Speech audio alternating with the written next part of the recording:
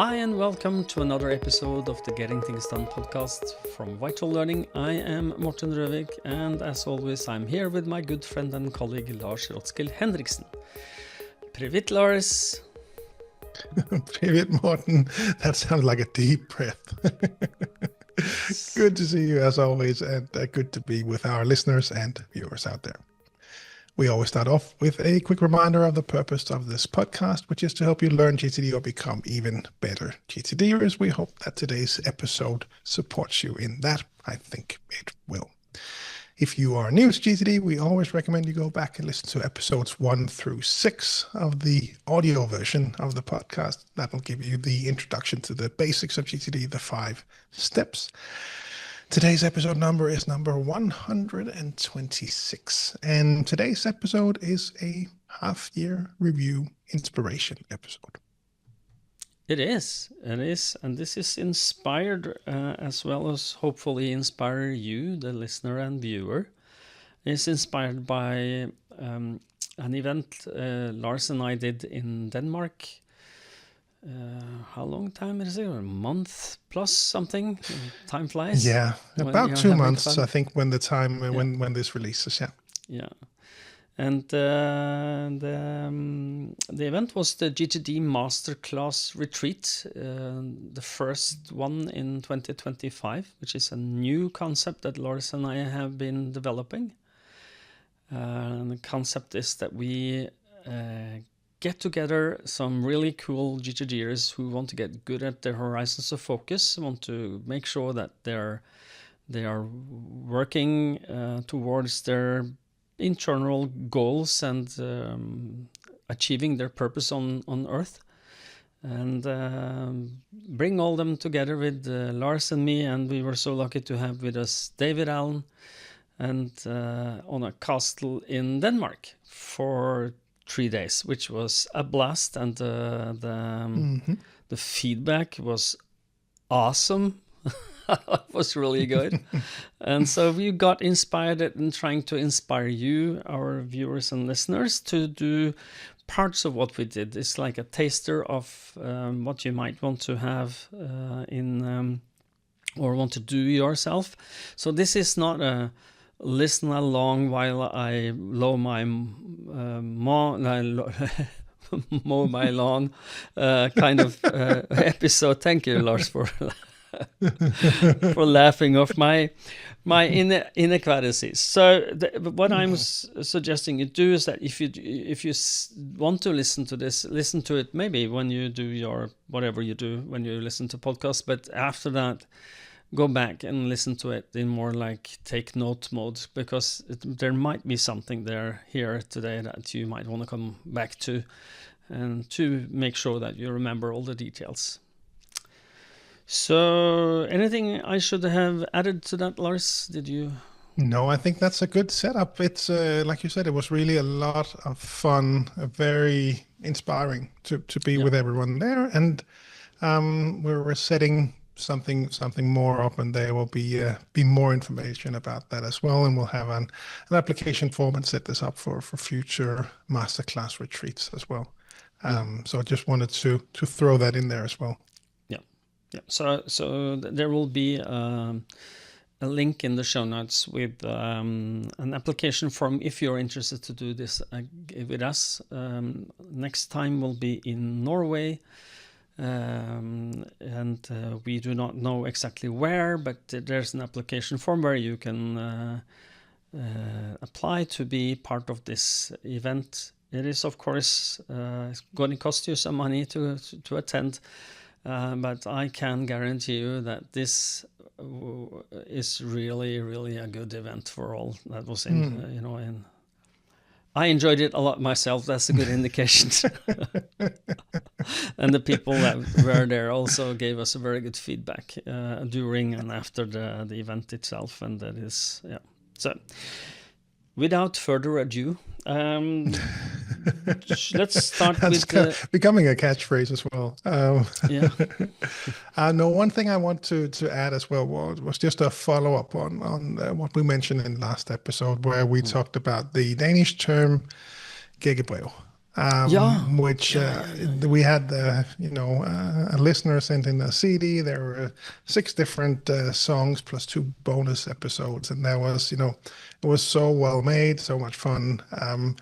And the rule was that I had to guess, and I had 3 guesses, and I did not guess correctly. So I am just publicly admitting now that I owe Torbjørn an Easter egg. And Torbjørn was one of the Danish GTD trainers, a fantastic guy. Some of you will know him from the summer camp as well, with his paper-based GTD system.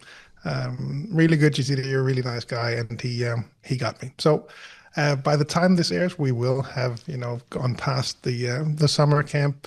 But I just wanted to throw that out there as well, that at the summer camp he will have received his Easter egg. Just wrapping up that that story that we opened up last time. Yeah, and what you could do is that to take it to him there, and so he had to share with others. Yeah, maybe I will take it. I will bring it to the summer camp, but let's see. Okay. Maybe I don't know if I can make it share size for the 60, 70 people will be this year. But the 20, 30 closest of Torbjørn's friends there. Yes. Well, I guess it all comes down to how many pieces you break it into. So that chocolate Easter egg. Talking of the summer camp, when this airs, the summer camp will be over. So you will have to, if you want to come and see us and work with us in the summer camp, work on your GTD to get better, you must wait a year. I'm sorry, but we have a masterclass in the fall. Okay, Lars, top down and bottom up is your subject. Yeah, so we talked about, we revisited the program in preparation for this episode, and we spoke about, so what should we pick out of the program to share with everyone in the podcast, and we sort of took a step back and picked a few things that we thought might be of interest to everyone out there. Some of it is familiar or maybe familiar for you coming from a standard GTD perspective, and some things are different perspectives coming from the outside that may also enable you to see some new perspectives on your work, your life, your GTD system that you hadn't come across before. The first thing that we wanted to share is one of the exercises that we do in the Danish level 3 seminars, which I really think is so great to spend time on. And since we label this episode an inspiration to do a half-year review, then we thought this might be a good place to start. If we maybe take a step back just to give you the settings for the half-year review, it's we have the horizons of focus in GTD. We review them at different times. And one of the practices for me and other GTDers, and I think, Morten, you do this more frequently, but at least every 3 months, 6 months, I like to sit down and go through everything, really all the way, from all of the horizons, and go through them and see that they sort of feel like they line up to something that makes sense for me. So for me, it's every 6 months. It's a summer review, and it's around Christmas, New Year's review. So that's when I do it. Morten, do you do it more frequently, or what's your current process with this? No, I wouldn't call it a half-year review, but an in-depth review I do fairly often. I look at my my system more deeply, maybe every month or something like that, just to make sure that I'm on the right track.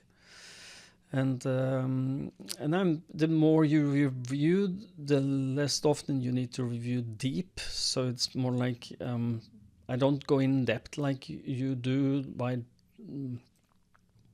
probably not as deep as you do, but it is a way for me to every month, preferably every month, to go look at my horizons of focus, ask myself, are they aligned with who I want to be and who I am?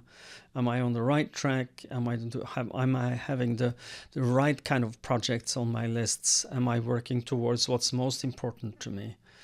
And But I don't do them every 6 months. I do them more often.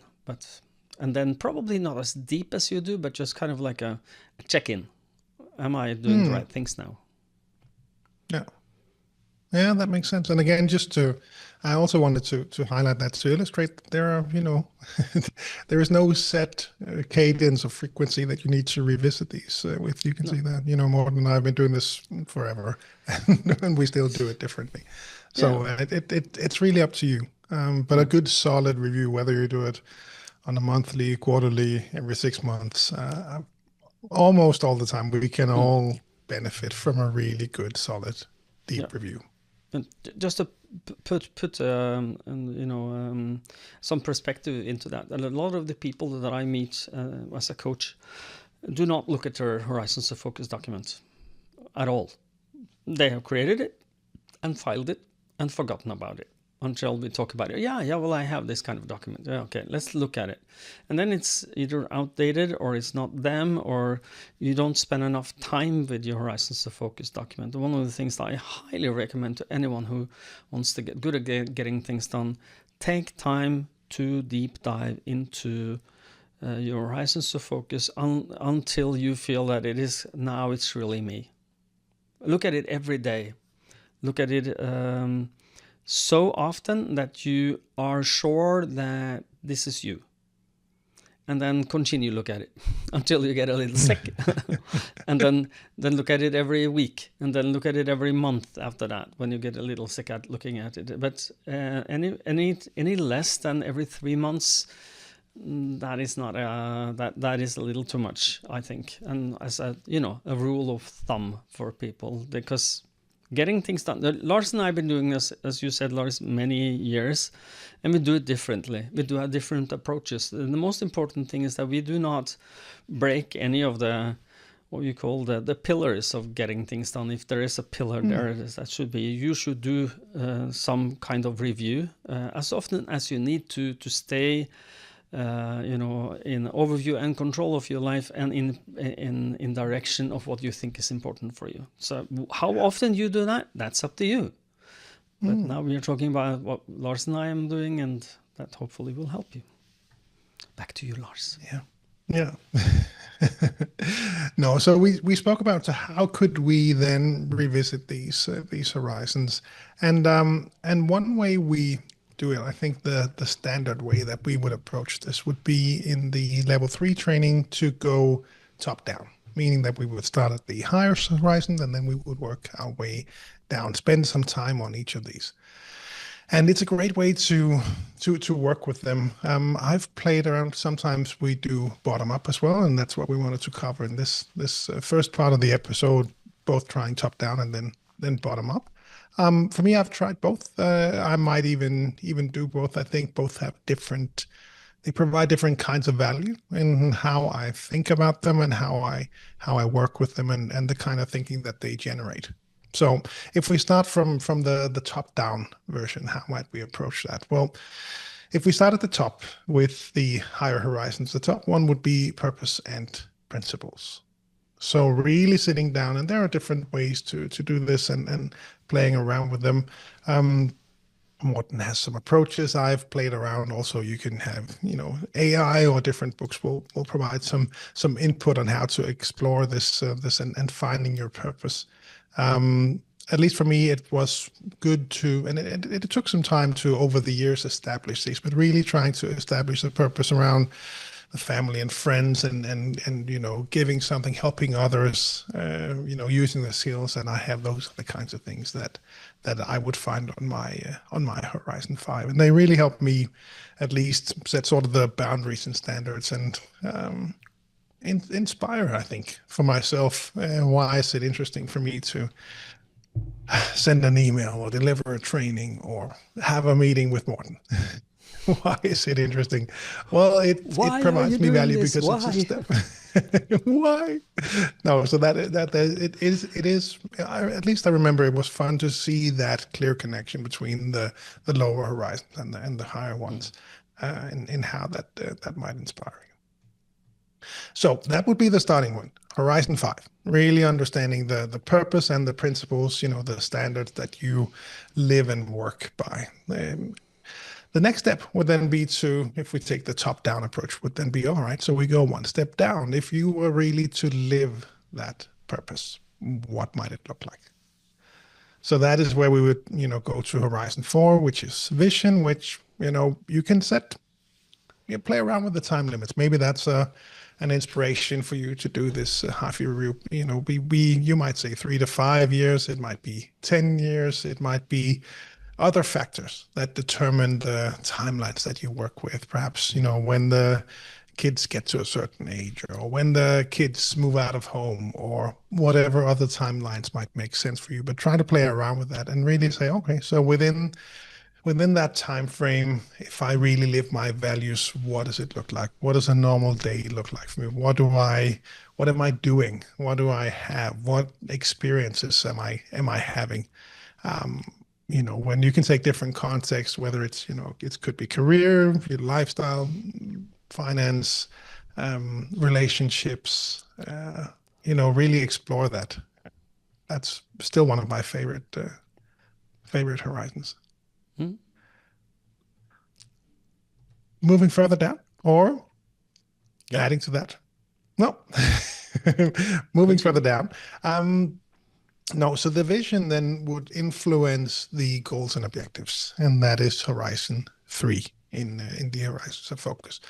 So within the next 12 to 24 months, 1 to 2 years, or perhaps at the end of next year, what would you want to have achieved?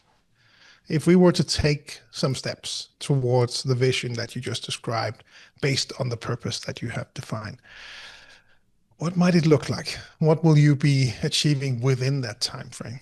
So really try to specify that. And for me, there's a pretty big difference between the Horizons 3 and 4, where Horizon 4 is very blue sky, really far into the future thinking. And Horizon 3 is sort of, all right, so these are the specific steps that I'll take. I don't know, this will be the steps that I take within the next 12 to 24 months, but it might be steps on a journey that takes 15 years or whatever it might be. So there's, the time frame on Horizon 4 can be blurry for me.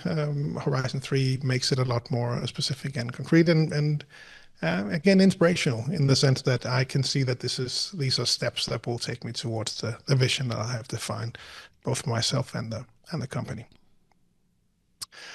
Bringing that further down, we then look at the Horizon 2 areas of focus and accountability.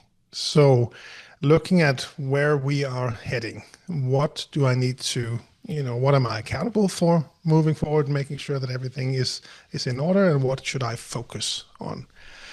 And it's an interesting thing to draw up, especially when you're coming from the mindset of that long-term vision. Some things just stand out more clearly to you when you're coming from that 5-10 year goal or whatever it might be within the different contexts.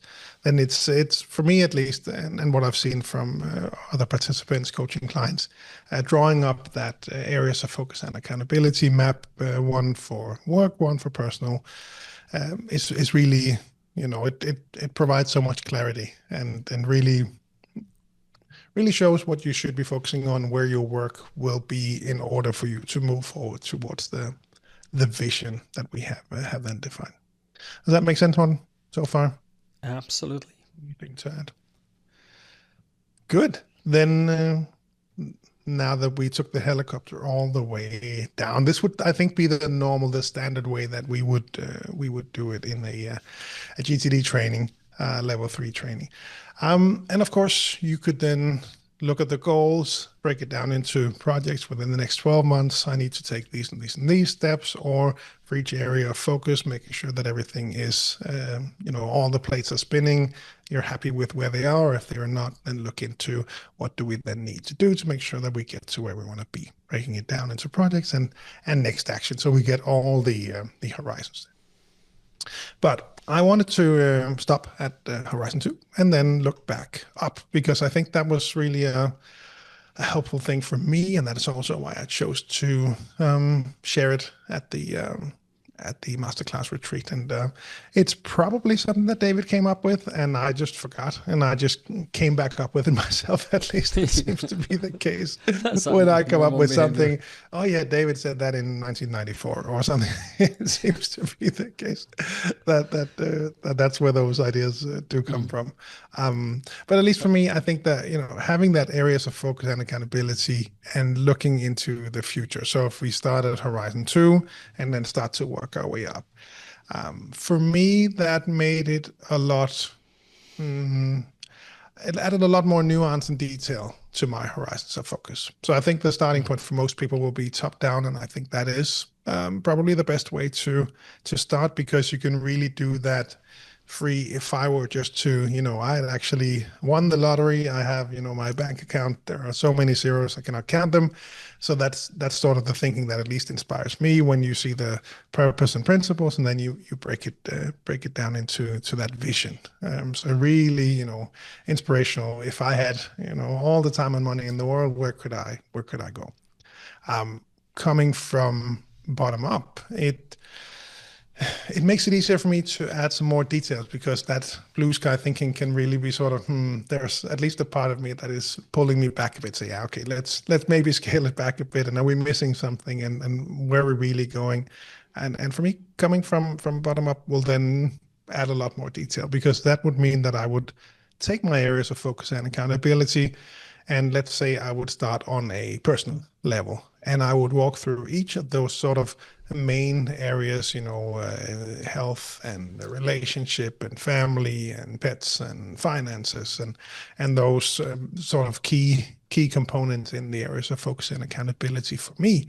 And then for each of those areas, I would say, okay, so where should that be 1 to 2 years from now, meaning goals, meaning Horizon 3, or for this areas of focus from a health perspective, where should I be? Where do I want to be 3 to 5 years from now on? And then what does that trigger again back to goals and objectives, perhaps? So it's, you work your way up and down these horizons. But for me, it sort of sets a boundary, I would say, maybe, or maybe not the right word, but a sort of a frame for me to think within, which makes it easier for me to come up with ideas and think more clearly. I'm better, I think, at that kind of thinking, and that's why coming from bottom up is probably easier for me to add some more details. Also for the business, all right, we have sales, we have marketing, we have trainers, we have franchises, we have all of those different areas that you and I both work with, Morten. Going for each of these areas, and then say, all right, well, where do I want to be when it comes to trainers in 10 years? I think that's sort of the timeline that I have for that area. And we have all that written down in horizons of focus for each of these different horizons. And it's, for me, it just makes it easier to work with. So, and I have actually both versions. I have one with the top down, and I have one with the bottom up. And there's a clear difference in how much detail I've added to each of them. So that was a long way of saying there are things to be explored, both top down and bottom up, and hopefully these would provide 2 different perspectives and add some more detail and nuance and in the end inspiration to your GTD system. Yeah, great. I was reminded when you were talking that one of the epiphanies I had when you walked through this at the Master Class Retreat was the fact that when you take it from, well, I would actually go down one step into projects. When you look at your projects and then up to areas of focus, then that's a good way of looking at is there coherence between what I'm moving forward every day and what I'm responsible for? And then kicking it up a notch, so up to purpose. Is what I'm doing in what projects I have, are they in coherence with what I want my life to be about? Am I doing the right things to achieve my higher horizons? Or am I moving them forwards? And that's kind of like, duh, of course. And it is so much easier to see when you go from the bottom up, or instead of going from top down. That kind of was like a duh moment for me. It was really good. Thank you, Lars. Yeah, no, happy to hear that. And that is also where I see, and you've seen this probably even more than me, but the people that organize their projects by areas of focus. I did do that at some point. I don't do it anymore, but there is a nice, at least there is a nice value in seeing, all right, so these areas are areas where I am working on something, and these areas I'm not working on something. And both can be good, because if you're not working on something and you feel good about that, well, that means that area of focus is doing well, and all is good. So, give yourself a pat on the back. And there will be some projects, and of course there has to be projects. Otherwise we would be out of work. So it at least it was, I remember it from my Todoist days, that it was nice to have that kind of visualization. Yeah. I think that both has its merits, and but as a sum up for me, the price was when we went bottom up, and it kind of like there's some it ticks some boxes for me that gave me a new perspective that I didn't see before. So thank you. Cool. Are we moving on to topic number 2? Let's move on to topic number 2. Yeah, that is horizons of focus with a spouse or without a spouse. So if you have a better half, it might be beneficial for you and your spouse to discuss that. Discuss the horizons of focus, and to look at them and see, are we in match? Are we in sync? And I know that you do this with your wife, and I'm going to give you the possibility to say a little about how that works for you. But I've seen this from, I've not been in a position, except I've talked to my wife about my horizons of focus, and she agreed with them that this is a good horizons of focus, and I know what her is, even though she haven't written them down. But when I see people who are getting things done under their belt, trying to understand the horizons of focus, and when they do, it is time for you. I think it is a suggestion from me. Talk to your spouse about this. Your better half needs to understand who you are. I don't know if that makes sense to you, but it does to me, because the Horizons of Focus document, it tells you, what is my purpose? What are my values? What principles will I not break? What is the vision I have for my life and our life together? And just to do that exercise with another person makes it possible to course correct. It could be that you are moving in the wrong direction, or maybe your spouse is moving in the wrong direction for the unity of you. So maybe you need to course correct, and then you need to discuss things. And if you never take time, this might be a little strange comparison, Lars, but I think that if you never talk about a will, a will after you're dead, what do I want? It's a testament. What is that called? What is it called in English? A will? It's called a will. Yeah, I think so. Yeah. A piece of paper where you write down what should happen after I'm not here anymore. What do I want with this? But if you don't write a will, it's going to be something you procrastinate. You can't talk about it. It's very difficult to talk about it with your spouse, maybe. And the older you get, the more difficult it gets. So to do this Horizons of Focus discussion fairly early on is a good thing. And if you're young-ish, like Lars, this is a good thing. It is also good if you're not youngish, like I am oldish, but it is still good. But the idea is that if you share your inner thoughts of where you want to go, what's your purpose, what's your values, what's your principles, it makes it possible for you to recognize, are we thinking more or less the same here about what life should be about? And that is a good thing. Because either you will find, yes, we do have a common ground here. We do think the same or not. And if it is a not, if it is no, then you have to think about, what do I need to do about this? Because this is your spouse. So I'm not saying that's a very happy thought, but it is a possible one that might occur. I've been doing this. I don't know if you've done this, but I've been doing this with quite a few of my coaching clients, where I have coached one of them, and then suddenly this person talks to his or her spouse, and they come back to me and ask me, can you help me or help us look at this together? And that is, of course, something I'm happy to do. And it has helped to the other person who is not then a GTDer to understand the concept and principles of how to create one. So, and then the beautiful part is when you bring it together. You see, is it a fit? Are our vision for the future the same, or do we need to course correct? And how has this been with your beautiful wife, Cecilia? How has this worked for you? Has she created her own document? We have a shared one. Sorry, I'm just imagining this Norwegian dating show where you are now part of the expert panel, creating horizons of focus for both people and making sure that they are aligning. You have to pitch that somewhere in Norway. No, yeah. Yes. So she, as far as I know, she has just updated the one that we have jointly.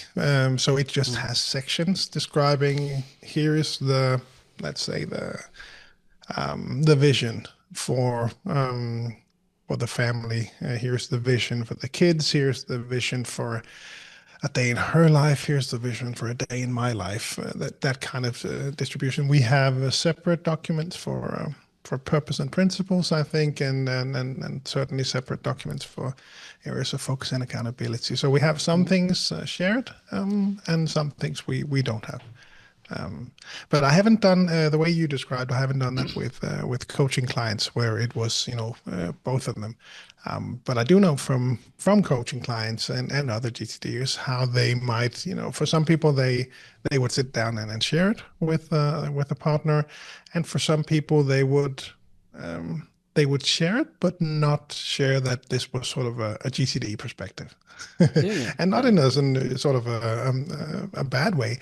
Just sitting down and talking about the future and not saying Horizon 4, but talking about the vision that you have for the future. And then, your partner would engage with that and say, all right, it would be really nice in 5 years if we bought that boat. So you can do this explicitly, or you can do this implicitly. I think it can still work. And there's nothing evil, mean stuff going on by not explaining that it's GTD. It's a framework that hopefully inspires some meaningful conversations about the future. Yeah, and you don't have to tell it. It's like getting things done thing. Might be getting things done. What's that? Well, the thing that I've been doing. That might not be the good way, but you can phrase it like, just let's talk about life. This is some of the things I think. What do you think about this? How does that concur with your thinking? How does it fit with who you want to be and you want us to be? And if I was going to ask Cecilia, what do you think, if you want to paraphrase her, what's the value she gets from this? Well, we should invite her in at some point, I guess, to share this honestly. I should interview her about how it to be married to Lars. Oh yeah, do I dare? Yeah, I think so. No, clarity, trust, confidence in the future, inspiration. I think the same values that you get when you do this on your own, but also trust in the other person that you are heading in the same direction, which would provide more space and calm in the relationship as well. Yes, that's the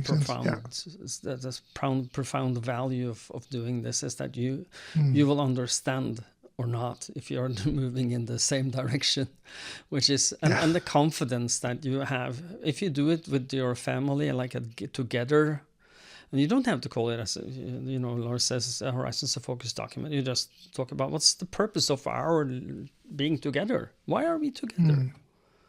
What are you getting out of this? What's the values that we should adhere to? Like loyalty and I don't know what you want to say there, but and what vision do we have for our life together? If you're living exactly the life we would live, how would that look and feel for us, for you? And it is a very open-ended, way of inviting your better half into that discussion. So, I agree. Yeah, me too. So go do that, people. And you don't have to wait until your Horizons of Focus document is air quotes perfect. What you need to do is just to have a basic framework on what you think your purpose and values and principles and vision for your life is, and then discuss it. It's maybe even better if you do it without being set in stones. Don't show up with a perfect one. Yeah. No, because there is no perfect one, just yours at some stage. And if you're doing this correctly, it will be iterated for the rest of your life. This is never a document it's never finished. It's like when it's finished, you're dead. I'm sorry. That's the harsh reality of things, because life change. Whatever happens to us change us, and it changes our situations. And to be able to look at this with a flexible pair of hands, if you may, and then having the flexibility to change it as your life changed, I think that's a good thing. So. Okay, moving on. Yes or no? Let's do it. Lars has just one thing in addition. So now that we talk about the different horizons of focus, and we keep mentioning purpose, I just we have bought a new house, and we'll move in 3 months as of this recording, and. We started talking about, GTD Horizons of Focus. We starts with yourself, and you might have one with your better half, your partner. You might have one with a team as well, as you know from the team book and what we've spoken about in the podcast. I also started looking at and I think again, David has mentioned this before. What's the purpose of the living room? What's the purpose of the kitchen? Because we're talking about, so how will we move in? How will we place everything? What do we want each room to be, and what would the purpose be? So that is it's just something I'm exploring right now. Just wanted to throw that out there as well. It sounds like you've had some of the same thoughts, Morten. Yeah, but this is what's the purpose with the living room is the question that I would ask for anyone who is doing the natural planning model. Why are we remodeling our living room? What's the purpose with it? How should it look and feel when it's done? Why are we doing this? So that's but it is then moved down what's the purpose of my life? What's my values? How does it look when I live the life I want, have the experiences I want? And that can be then tied into the natural planning model, so that you can make sure that you use that to remodel your living room, so that it fulfills your higher horizons as well, together with your significant other. Yes. And it just to because it came up when we it's a pretty standard house, not very big. Could use 1 or 2 more rooms, but then we picked this one, and so the living room. How should we then model that? How should we decorate that? And the starting point, if we weren't thinking about it, was just, well, what does everyone else do? All right, well, you need a big TV, and you need a couch, and you need a blah blah blah. But for us, it was okay. So we definitely want a TV. We want to sit down and be able to watch some stuff as a family. But maybe half the living room should actually be for creative stuff. Should be for playing board games. Should be for drawing stuff. Should be for making music. Should be So we really again, what is the purpose? The purpose for us would be to have a shared space to bring in the whole family, making sure that not everyone is just sitting in their own room with their own phone doing their own thing, that we really just come together. So that sounds great. Just wanted to throw that out there. It's something that we're playing with right now. When you finish decorating, invite me. Yes. Play board games we'll have to do an episode. Cool. Moving in with GTD. Okay. Board games with GTD. Now we are going to move on to a third thing that we wanted to bring to your attention, as still inspired from the GTD Master Class, and that is, I think, is a Greek word, apophenia. So Lars, what is apophenia? Yeah. How does it tie into GTD? And I am no expert on apophenia. I'm no expert. I do know some things about the brain and how it works, and that was really sort of the starting point. Apophenia came up because I was looking into the way that your brain might be hiding information from you, and that is not that it is hiding it, but it is trying to make sense of a world, put together an image, a picture of the world for you that is not that overwhelming to look at. So in many ways, the brain would go in and simplify things. It impacts your vision, how you think about things. Apophenia is just one example of that. And apophenia is the tendency to perceive meaningful connections between unrelated things.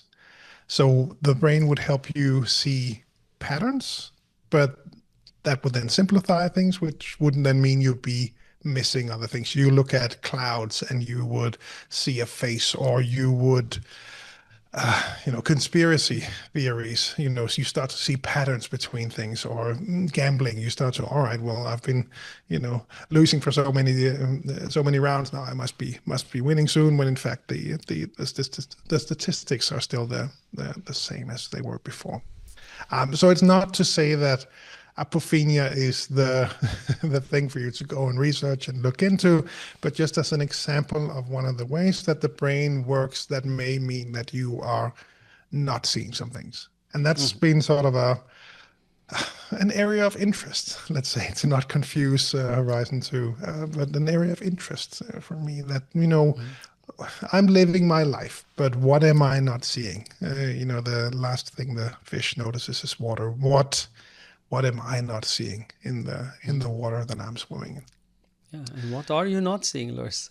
Yeah, exactly. And you have some examples? That's what I'm exploring. Yeah. Sorry? Have you found some examples that you can share with us? Yeah. So the starting point was really to take a step back and say, okay, so how could we then explore this? How could we, there'll be areas, there'll be projects, there'll be goals, there'll be things going on in your life that you're not seeing all the details.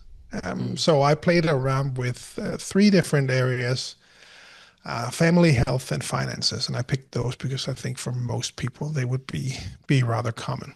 So if we were to start with the family part, a story that you might be telling yourself. Those of you who are familiar with Crucial Conversations, this concept will be familiar. And I think this is one of the starting points for my exploration of this topic was actually from Crucial Conversations. But it could be for family. Our family is doing well. We enjoy ourselves. The kids are thriving. We don't have any major conflicts. That might be the story that I would be telling myself. I'm looking at my areas of focus and accountability. Looks good.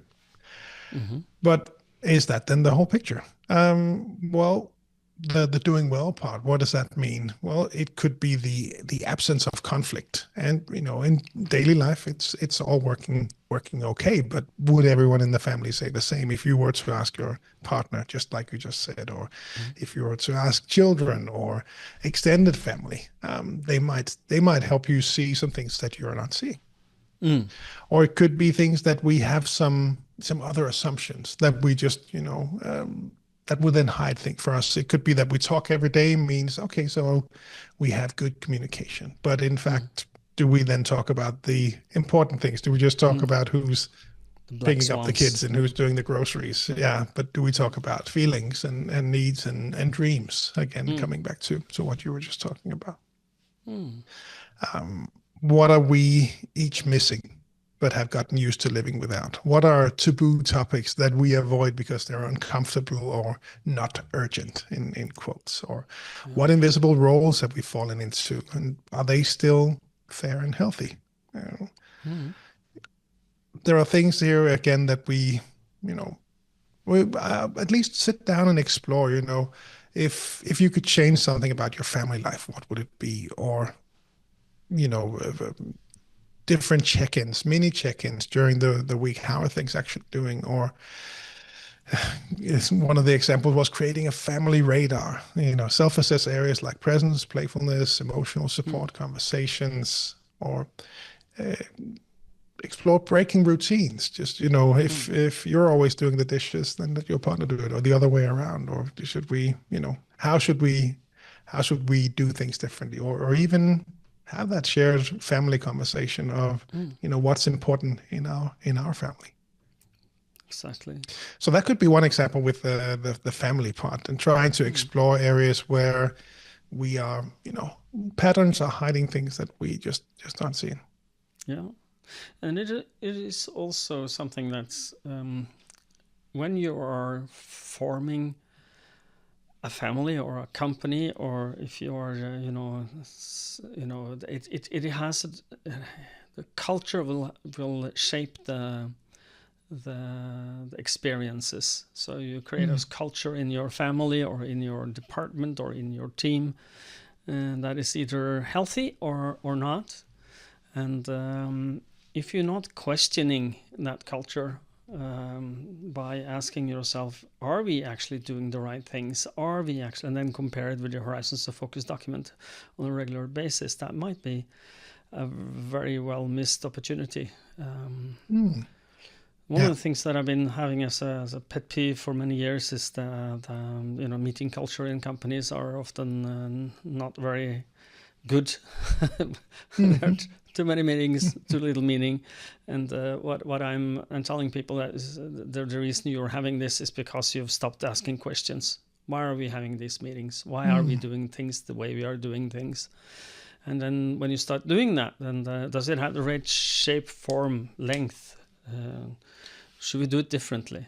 And if you don't ask that as a team or a group or a family, that might be something that can be a stumbling stone down the road. So yeah, good one. I just wanted to add the one about health as well. And again, you can. I would play with AI on this one as well to help me ask some questions that I might not have thought about. I'm pretty sure that most AIs will come up with some good questions for you to reflect on. Questions. Yeah, exactly. I mean, especially health related, right? It could be that your initial perception would be, it's pretty much under control. I run a couple of times a week. I eat reasonably well. I rarely get sick. But, okay, so what does it mean? Do we have any sort of hidden, are there any sort of patterns that are hiding the things that we should be seeing? What does good health mean? Well, if I, run twice a week, or if I eat reasonably well, it's not necessarily enough for me. It doesn't mean that I'm healthy. It just means that I'm, healthy is not equal to the absence of sickness. Right? It just means that we have not gotten sick yet, for example. So I'm not trying to start some bad vibes or bad mood here, but just to exemplify, some of those questions that we might want to be asking. It could also be that, all of this, sitting down, at least this one struck me when I was playing with it, that, well, I run twice a week and read reasonably well. So that's probably good, right? But in reality, it's, when I'm not out training, I'm sitting down a lot. And with all the research coming up, that have come up in recent years, I probably should take more breaks. I probably should go for a walk more. I Yep. perhaps should have a health check. I think I spoke to a doctor not too long ago, and she said, I'm 45. Men around my age are the worst at going to Yeah. the doctors. We just never go. So No. just to reflect on, when was the last time I had a health check? Are there any aspects of health I'm ignoring because they either seem invisible or, in quotes, good enough? Mm.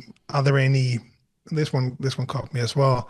Are there any signs I've normalized, like poor sleep or minor pains that might signal deeper issues? And at Mm-hmm. least, poor sleep with a little one who is now 15 months, but still, Yeah. Yeah. uh, there is stuff you normalize. And I think, in some cases it might be good. Again, the way that the brain works in many cases helps us. So, but what I'm trying to explore here is, what am I then missing? Mm. Yeah. So it's some of those questions that I just wanted to plant that idea to people out there to reflect on, and that would certainly be one of the bigger reviews where I would pick this up. But really, explore this for yourself, come up with some questions, ask someone else to give you input, play with AI to give you some input, but at least Mm. give it some thought because Yep. you might that's it's one of the worst things that I saw it actually recently when I was together with some other people, that people, they tell so many stories that they then completely miss reality. And it's such a pity that, it takes up a lot of space in my brain to make sure that I am not missing anything obvious. And when perhaps this would help me notice this. Mm. Yeah. Getting things done and the psychology use the same what do you call it, term or terminology is cognitive dissonance. And in GTD we use that when you have something in your world that is not what you would like it to be, and when you find that cognitive dissonance, you have the opportunity to do something about it and create a project and then change that into something better. In psychology, they use this same term, cognitive dissonance, a little differently. It also means what I just walked you through, but it also means that we create stories about things that we have cognitive dissonance on. For example, let's say that you've done something you should not have done, and then you create a story on why it was correct of you of doing that. And those are the stories we tell ourselves to survive and not need to change.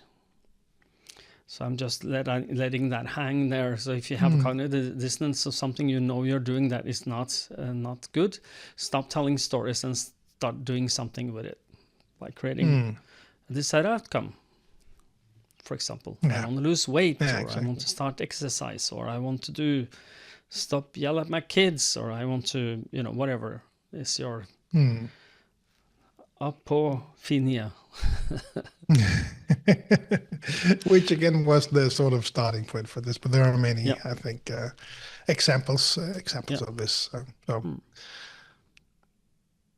I think that we covered everything around. I just wanted to plant that seed as well for this this half year review for everyone out there.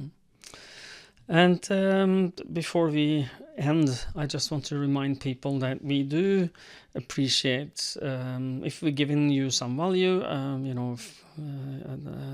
a maximum stars review if you think it is worth it on the platform that you see this. I know that Spotify is easy and to give us a review. You can also do it on Apple Podcasts. And even there is possibility to do it on Audible. Actually, Audible carries our podcast, and Google Podcasts as well. I think Podcaster, they are going to shut down, I think, this, but as long as it is, give it a review if there's where you're listening, or subscribe and hit that notification bells. I think I think the young people say about YouTube. So That was very youngish of you. Youngish, thank you. And follow us if you want on LinkedIn. Both Lars and I have opened up for people to just follow, or if you want to connect with us, just write GTD in the, connect with a message. We'll understand where you're coming from and connect with you. And we share things there that you might find inspirational or helpful. So, Lars, are you ready to take us out? Yeah, let me just one last tip for people out there. The one thing that I did differently, I found myself having some time alone last week, actually, as of this recording. What? And yeah, I know it never happens with 3 young boys, but it happened. I was at a soccer cup, international football cup in Denmark, where my oldest was playing. And it was a very social event, so I thought we had to be there all the time. It turned out that we did not. So I was there alone in my car. I slept in the back under the stars on the beaches of Denmark. And that sort of inspired the half-year review now. And one thing that I did differently, which was what I wanted to share, was that I had a document, as you described earlier, had it in notes, and I took some of the planning and stuff that we played around with the kids in previous years, where we had made it very visual. So I took the Freeform app and started to make a visual version of my horizons of focus, and how I wanted to, what I wanted to see, where I wanted to put my attention in the next 12 months. So I took the whole document. I picked out the things that I was engaged. So stuff I want to do with my wife, the kids, summer house, the new house. Found pictures to represent all that, and started drawing and started to make it really visual. And that was really cool for me. And I just wanted to remind people that, play around perhaps with different formats. You might be, because I get stuck in the same formats. And so I just wanted to throw that out there to see if you maybe you should try something new. It's very text-based, then try some visual. If you're very visual, then perhaps do some text-based stuff. I know you've played with that as well, Morten. Well, I've been playing with that before, but after I'm married, my beautiful wife Lale, she had this as a way of I wouldn't call it plan the next year, but wish for what the next year should be. So should we do this every year end? We do it together. And what would we like to see happening in the years to come? And it's she's more scrapbooky about it, which means that she looks in magazines and cuts out both pictures and words that she wants the life to be about the next year. I'm more like you in the Freeform app to create it there, because it gives me more freedom to do what I. But then we print it. Or I print it and I cut it out and I stick it to this big paper, what do you call, cardboard board that we have, and then it stays on the wall for that year, and we come and look at it every now and then and look at it. Did we achieve any of these things? How was it? So it gives us a good way forward. So yeah, it's really cool, and you showed the pictures of it at the Master Class Retreat. It's really cool to see. Yeah. But so that is my additional last tip. Find your car, drive to the beach, sit there and look. Cool stuff will perhaps show up. At least it did for me. Yeah, I'm sure it could do for you as well, dear listener and viewer. And then the normal take us out. The normal taglines is that we would send you to the gtdsummercamp.com website, but since this recording is released after the summer camp took place in 2025, you can certainly still go to gtdsummercamp.com and have a look around and learn more. But you will see reference to the 2025 edition. So we usually pick up planning in the fall of the year. So in August, September, we'll start to meet and we'll set up a new site there. So I think the plug for this episode has to be the the Masterclass Retreat application. So for those of you who think that this might be for you, an exclusive group of people somewhere in Norway, somewhere in Denmark, we're setting this up now and then really working these higher horizons together with at least Morten and myself. There will be a link in the show notes there for you to fill out. Yeah, and it is a small group. It is we've set a maximum of 12. I think that there's a good amount of people, and prepare to, if you come, if your application is accepted and you accept the invitation that we send you, it's going to be really good. It's going to be, as one of them said, this is life altering for me. It's changed my life from now on and out. This has changed, and that is an investment for who you want to be and where you want to go. A way of elevating that thinking to a new level. So, yeah, okay, completely agree. And the other plug that we share is vitallearning.eu, because that is where you can go and find the different country websites, learn more about what we do in each of the Nordics Plus countries. So vitallearning.eu, you'll find links to the website in Norway, the website in Denmark, the other countries, information about GTD training, coaching, other trainings that we deliver, newsletter, contacting Morten, contacting myself. All of that you will find from vitallearning.eu. Yep. If you're outside the Nordic Plus, then cruciallearning.com is the place to go to find your local partners. It is. And if you'd like to get coached by either Lars or me, it's possible to schedule a short meeting with us and to discuss the options, and preferably within the Nordic region. That would be good, because that's our turf. So, okay. I am going to say goodbye, as I've always done, and I probably will do until we stop this at some point. And that is to say, until next time, stay safe and stay productive. Bye-bye. Bye, everyone.